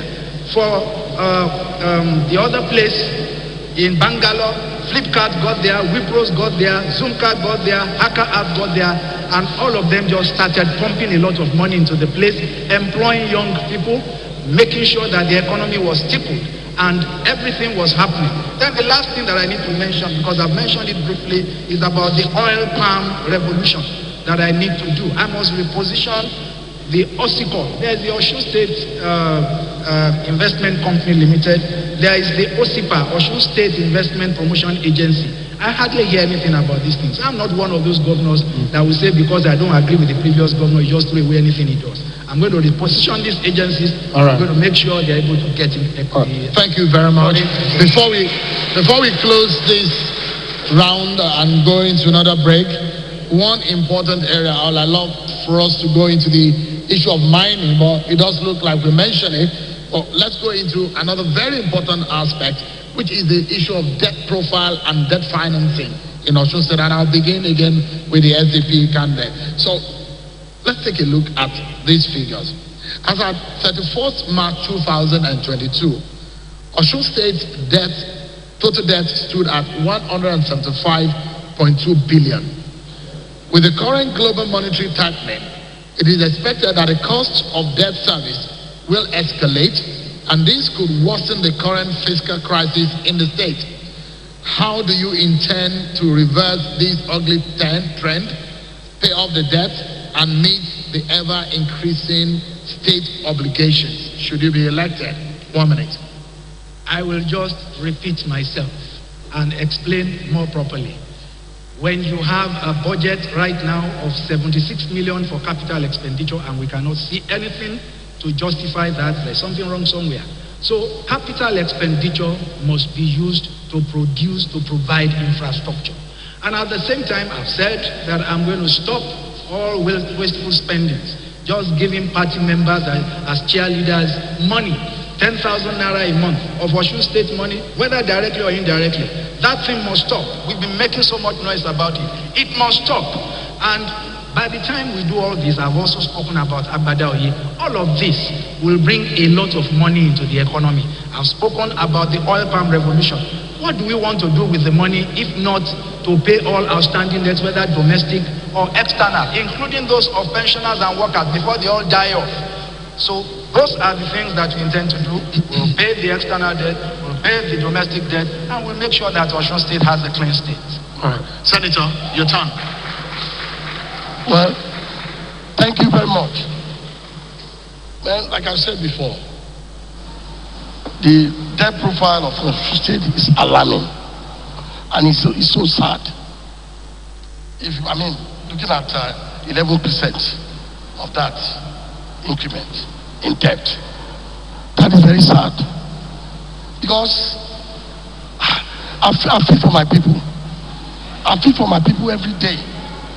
How can we have increment of 11% of debt that we have to pay? So what I'm saying is that I will first of all plug the leakages where all our money is going. I've said that before. Our money will not be going out. Our money will stay in Osun State. Osun State money for Osun. I will not be bringing people from Lagos. Our people in Osun State here, they are very, very smart. I will use them, maybe contractor or whatsoever, whether direct labor. I will save money. All right, Senator. Thank you. Honorable, on debt servicing, how do you handle that? Sorry, please go ahead. Silence, please. Go ahead, Honorable. Let's first of all have a base for why we have debt at all. There are three types of budgets: surplus budget, deficit budget, balanced budget.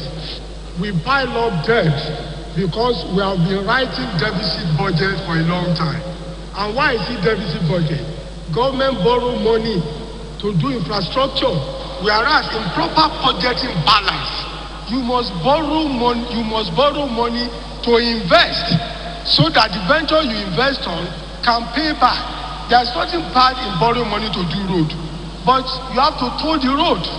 You can only build infrastructure from taxes. That's why the issue of tax is central to budget. So we've been having debt because we have been borrowing money to do infrastructure. When I get there, I'm going to borrow money to invest and do infrastructure from taxes. If I'm going to do infrastructure at all, it will be infrastructure that can pay back so that we can begin to lower the rate of our debt. There's nothing wrong in borrowing, but you must borrow to invest. But would you raise taxes to raise IGR? No, it's not a direct answer. You don't just raise taxes. You have to first of all attune your mind to the fact that there must be an existing economy where the larger percentage of people are employed. The current employment rate of Osun, I don't think is more than 5%. We have informal sector who at times when they go to work in a week, they might not even make 10,000 naira. It is the employment that you must first of all raise. It is not a direct question that you raise taxes.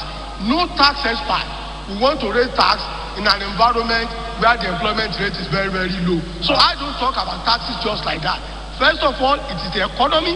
After economy, then you talk about employment. After employment, then you talk about taxes. That is the order. That is the chain. All right. The APC candidate, silence please. The APC candidate, is your turn. Well, the issue is that I've been managing the resources of this state judiciously. I've been making my applications and I'm still doing infrastructure. So for them, if there's a need for them to come and learn the process, I'm willing to let them know. You see, you must be creative enough. You can't lament about debt. Debt will come if you're talking of development, but you must ensure you're able to manage your cash flow in a way you meet your obligations. I've not added to the loan portfolio that we have, but I've managed to pay so much of it. I'll reduce it by about 80 billion. So, in the process of all of that, and I've improved on the tax collection without imposing additional tax. Our block leakages we are talking about, I've done that. That's why even the IGR has increased from about 17.9% to 17.9 billion to 21.5 billion now. But for COVID, we'll have done better. But you know, COVID took about 1 year of our life. And that's the truth. All right, thank you, Dr. Gumi. Silence, please. There is a concept called wealth at the bottom of the pyramid. If you don't create entrepreneurs within an economy, there's nobody who will pay taxes. For us, Osun State has massive and rich agriculture. We have 9,100 kilometers of land. So I will introduce commodity board, I will introduce marketing board, and government will be the last buyer of last resort. Again, I will create job. For example, if we do election on local government election, that will create at least 4,000 jobs. People will have resources to pay taxes. People will have resources to be independent, and they will be entrepreneur. So if you create more entrepreneur within the system, if you create self-sustaining people within the system, then you can tax.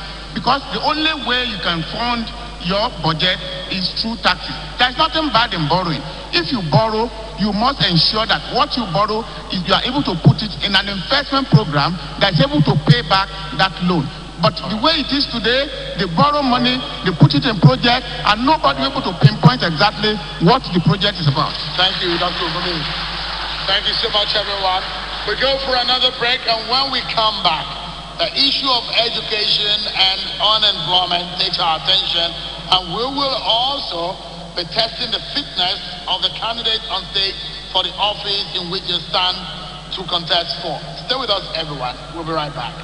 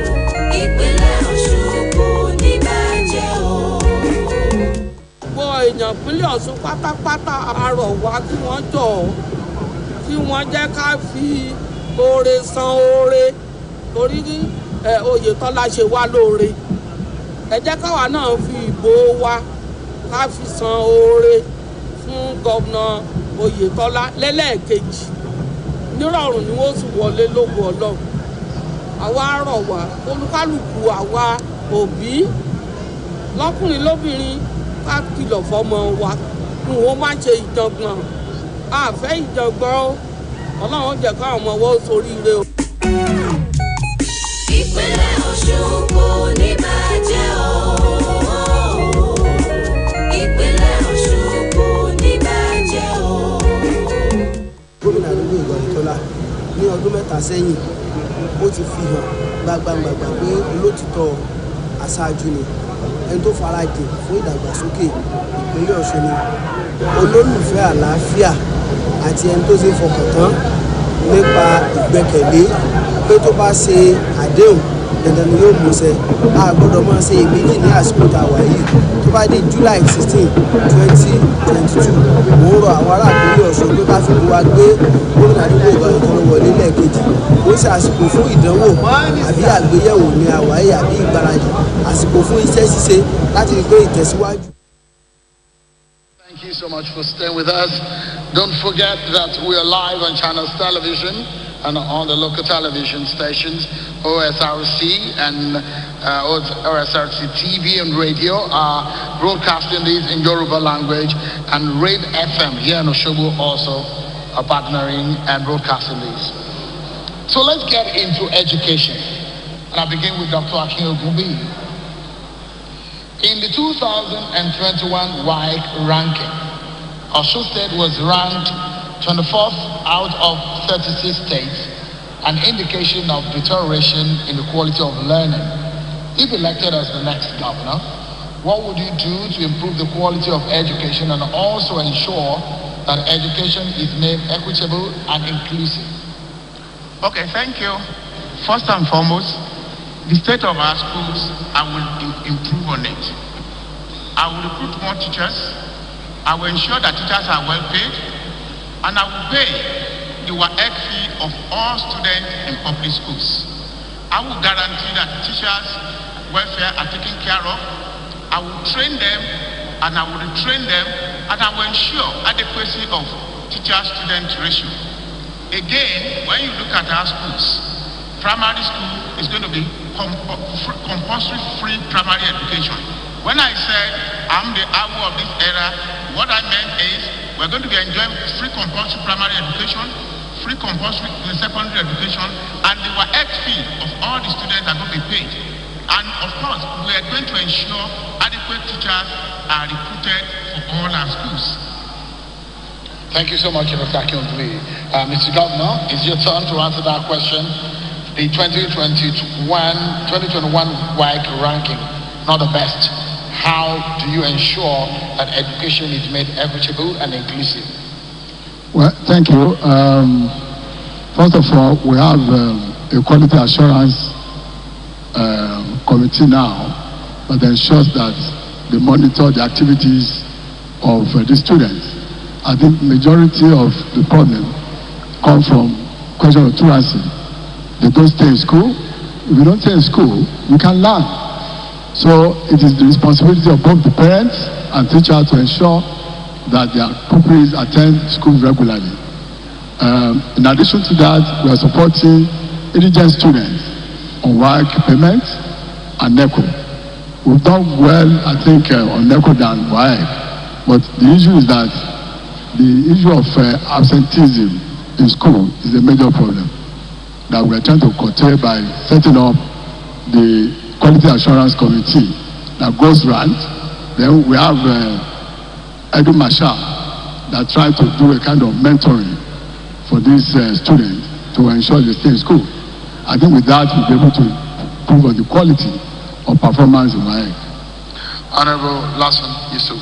Yeah, thank you very much. We all know that education is best legacy anybody can give to a generation.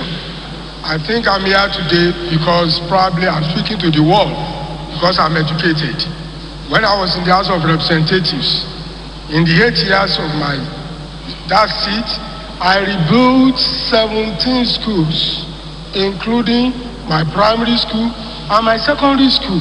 And so I know what education is all about. But what have I found out? Students are no longer willing to be educated. They don't even want to go to school again. And with all due apology, we have to take a critical look into our teaching strength too, so that teachers don't become secondary job. It must be people who are interested in wanting to teach. So we are going to look at the attitude of the students and areas of teaching. And I'm going to make sure that our education is what I call precision education. Let me emphasize this. In my secondary school, I didn't do further maths and technical drawing. When I got to engineering school, I tend to kind of the first and second year struggle a little bit. What it means is that we have to make sure that whoever that intends to study in engineering future is compulsory for him to offer further maths and technical drawing. And I'm going to concentrate on vocational studies too, because when you don't have skill, your certificate is not an ordinary paper. You must have skilled workforce that are properly trained in a well-ordered environment. So technical education too is going to be heavy on my education list. Senator, it's your turn. Thank you. As soon as I become governor of Osun State, I will declare a state of emergency on education.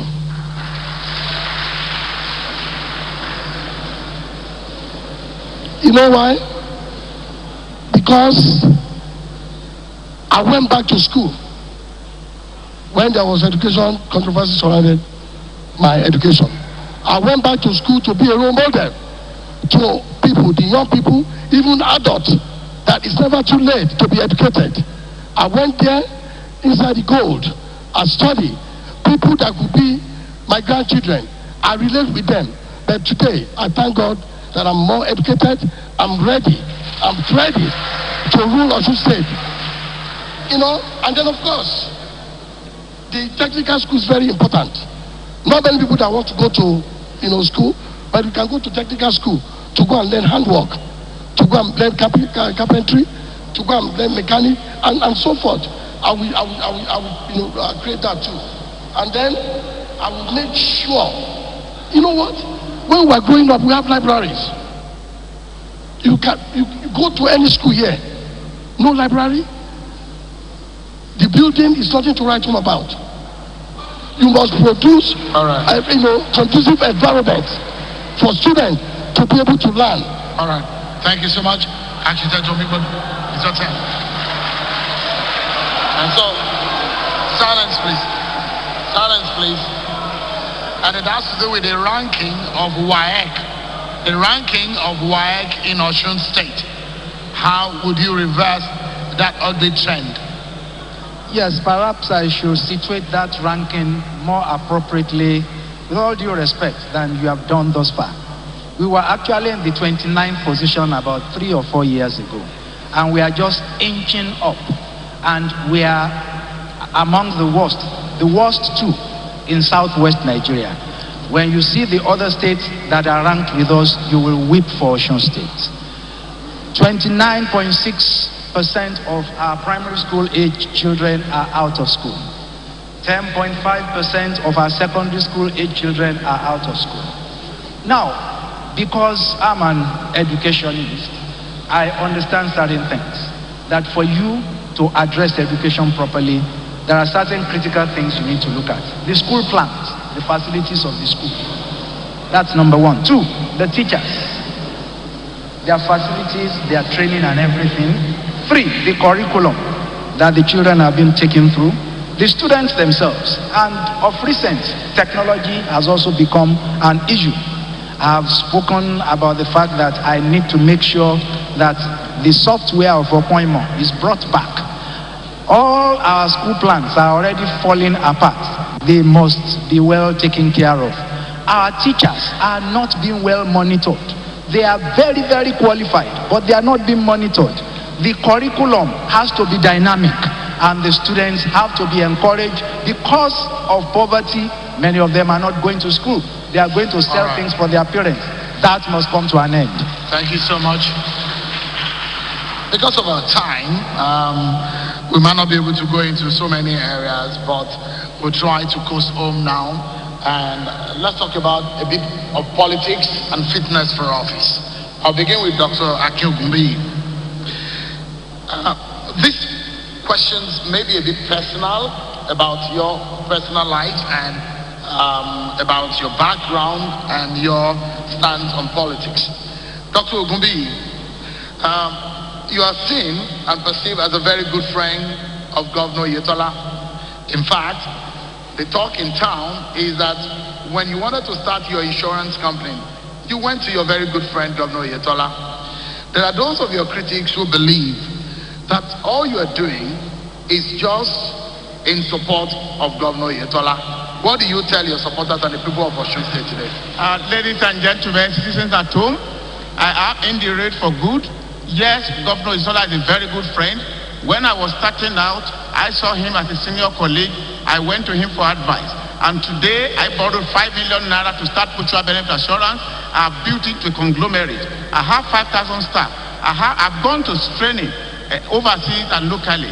I've gotten the experience, the capacity, and the empathy to rule Osun. I want to believe, and I want people to believe with me, that I have the integrity. I have no part whatsoever with APC or anybody whatsoever. I am going out to win the election.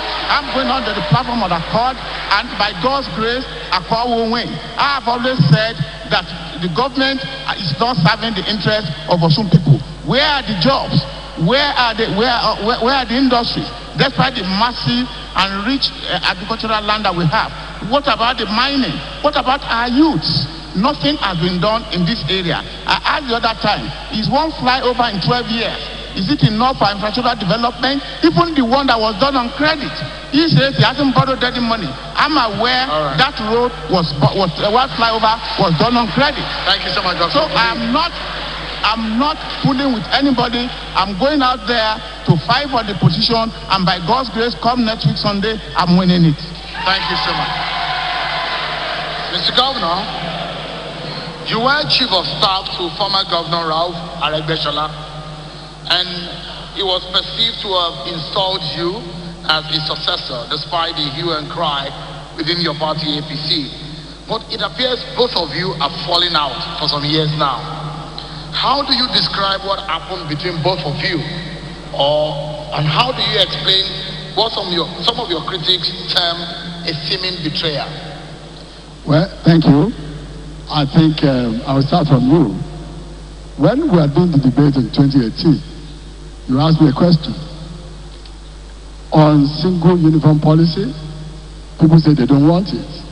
You become the governor, will you scrap it, or you continue with it? It was tough for me to answer that question. And so, what happened is, because the people wanted that reform, I went for it. And in doing so, we set up a committee headed by Professor Oluaina and others to review the education policy and come up with recommendations. And that was exactly what we did and implemented. I have no particular grudge or animosity against my former boss, so there's no problem about that. I think most times it is the people around that are making issues out of nothing. This is purely, if there's any difference at all, it's purely on governance and nothing more. Do you regret reversing some of his policy, considering the fact that you were his chief of staff, you were part and parcel of that government? Well, policies are supposed to be reviewed anyway. There's a distinction between a legacy and a policy. So, policies are meant to be reviewed. Silence, please. Thank you so much, Mr. Governor. Thank you. Let me come to you, Honorable Lasso Yusuf. Last election, you were in APC, and you grew to becoming a deputy speaker in Nigeria of the House of Representatives. How do you explain your fallout with some of the leaders of the APC? Are you desperate to be Osun State Governor? Simple. Leaders that are vindictive, wicked, and don't allow other people to grow. I was told to my face in 2015 by somebody who I will not mention his name on camera, that if I did not listen to them, my future depends on it. I don't know how somebody will say my future depends on something he wants to collect from me. So they are vindictive, they are wicked. I'm not desperate.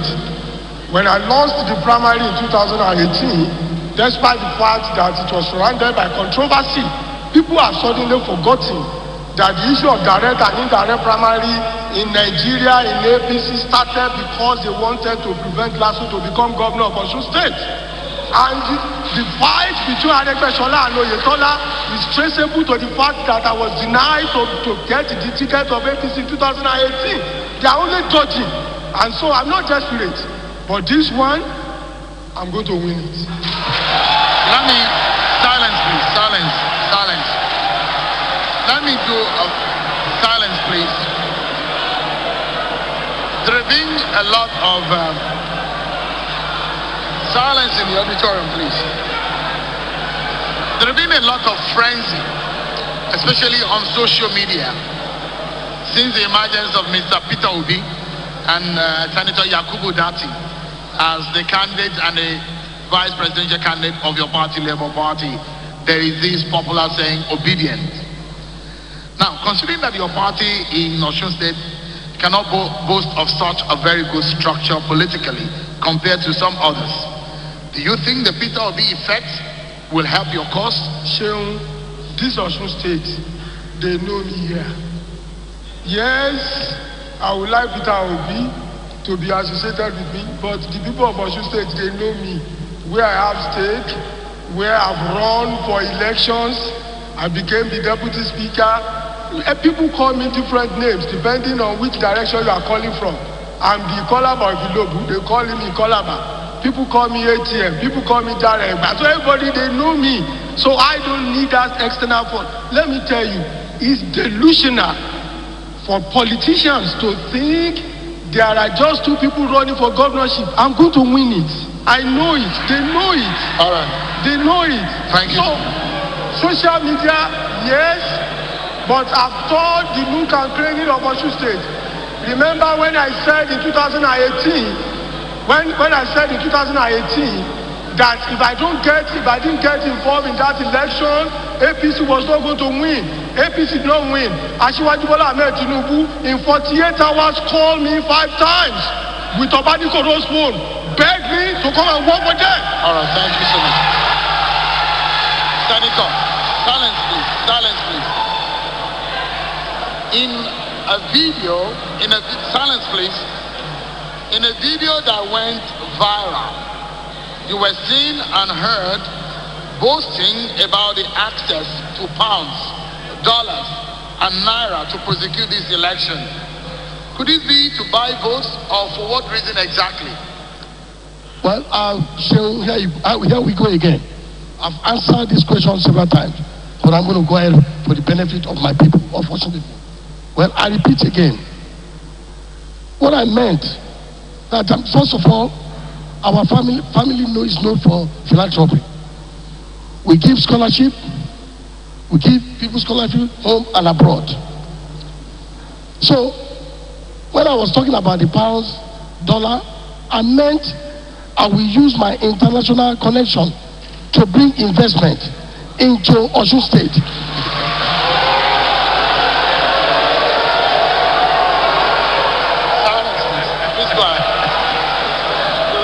See? Silence, please. Please go ahead. You know, when you are too popular, when you say one thing, they will twist it. When you talk in terms of propaganda, this present government, APC, they are the best. They will twist it, twist and twist. Thank you so much, Senator. Mr. Omigbodu. Now, quickly, Mr. Omigbodu. Your father was the first university graduate in Osogbo. And you've told some of your friends that you really do not want to run for an executive position because you don't want anyone chase you around for issue of corruption. At what point did you change your mind that you do not want anyone to run after you for the issue of corruption? At what point did you change your mind to run for the office of governor? Well, I don't know where you got that information about not wanting to run for executive office. I've been appointed into executive offices before. I was chairman of the Osun State Property Development Corporation, and then I was appointed by the United Nations as the state program monitoring advisor of the activities in Osun State. Those were executive offices. Yes, my father was chairman of Osogbo District Council, and during his time, he made sure that electricity got to Osogbo. Osogbo, that is now state capital, had no electricity. It was when my father was chairman that the first third road got into Osogbo. It was when my father was chairman that the first attempt, and a successful one, at introducing pipe-borne water got into Osogbo. So if I have that history within the family, why would I not want to run for executive offices so I can create my own history by being the first governor that will generate, transmit, and distribute electricity in Nigeria? All right, thank you very much. For the very last time, I'd like to give all the candidates opportunity to speak, but it's going to be for 30 seconds for your closing moment. And I'll begin with Dr. Akin Ogunbiyi. Your closing moment, thoughts in 30 seconds. Citizen of Osun, I want to give you a new beginning. A new Osun is possible. Vote for Accord. Vote for Akin Ogunbiyi. Vote for productivity and prosperity. A new Osun is possible. We are number 1 on the ballot paper. It is not difficult for you to locate it. Vote for Accord, vote accordingly, and by God's grace, I'm winning this election. Thank you. Governor, it's your turn. 30 seconds, your closing statement. My good people of Osun, I want to thank you again for this opportunity to serve you. I'm willing and ready to continue to serve you. we've done so much for you, and I will still continue to do just that. Please, on the 16th of July this year, I am the candidate to be.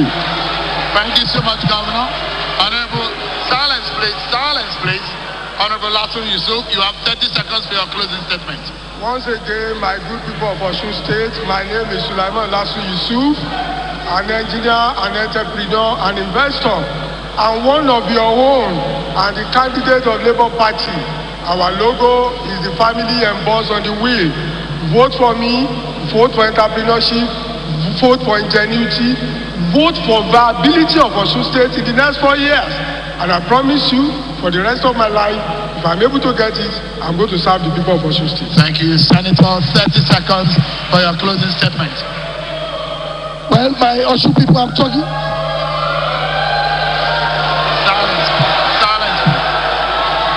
Silence, please. Please go ahead, Senator. Please listen to me. Listen. Go ahead, please. There's no time. Go ahead. My fellow Osun people. Silence. Go ahead. Silence. Please, hear me. Stop. Please stop. Go ahead. Your supporters have exhausted your time. My fellow Osun people, thank you. You voted for me in 2018. Your mandate was stolen. It is time for you to reclaim your mandate. All right. I'm putting on the table integrity Senator, and accountability. Mr. Gbodu, 30 seconds for your closing statement. Please go ahead. Zero tolerance on corruption. Please go ahead. 30 seconds for your closing Vote for PDP. Vote for Senator Ademola Jackson Nuruddin Adeleke. Vote for PDP. Vote for progress. Senator, your time is up. I love you. Go ahead, Mr. Gbodu. Your closing statement. Silence, please. Silence. Thank you. Let's have some silence. Osun is ranked the 15th most livable state in Nigeria today. By the grace of God, when I'm elected governor next week, Osun will become the #1 most livable state in the Federal Republic of Nigeria. What we need to do is to come out in full force. They could be out already buying the votes, having people from all over Nigeria to buy the votes. But I call on the people of Osun, come out in large numbers and vote for SDP. There is something you will be doing. You will be ending the regime of that specially armed robbery squad that is robbing your children of their education and so many things. Thank you so much, Mr. So, Migbodu. answers, vote for Gokiomi Gbadun, vote for SDP. Thank you so much. I must sincerely thank all of you. Just a moment. I must sincerely thank also our partners, the Situation Room, the Osun State Radio and Television, and Rave FM, and also financial derivatives for the research materials. Thank you so much, everyone, for watching. But before we go, as a sign of sportsmanship, could you exchange pleasantries, shake hands, possibly embrace each other? Thank you so much, everyone, for watching. On behalf of Channel Television and its partners, thank you, everyone. I'm sure Kimale. Have a pleasant evening, everyone.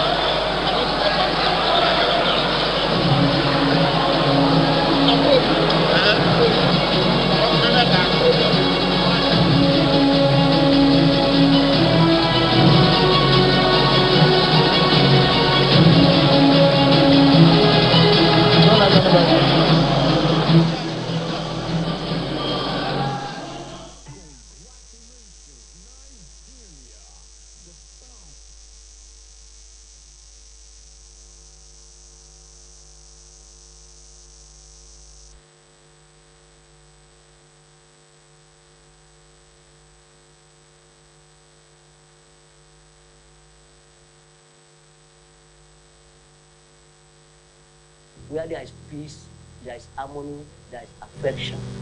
It is in the atmosphere of peace that we can plan for development and be able to execute them. Violence is not good for our politics. Shedding of blood will not move Osun forward. And if there are areas of differences, let us find peaceful means of resolving them. To ensure that there is peace everywhere in the state, do our campaign in a peaceful manner, and we shouldn't be warring over people who want to govern. I'm telling our people to be calm. We want peace in Osun. There's nothing anybody could achieve by employing violence. Please maintain peace. We will also conduct ourselves in a peaceful manner. I use this opportunity to urge you to cast your votes in peace and harmony. You're supposed to serve the people, so you can't but, ensure you don't have any violence. This message is kindly brought to you by the National Peace Committee with support from the European Union and the Swiss Embassy.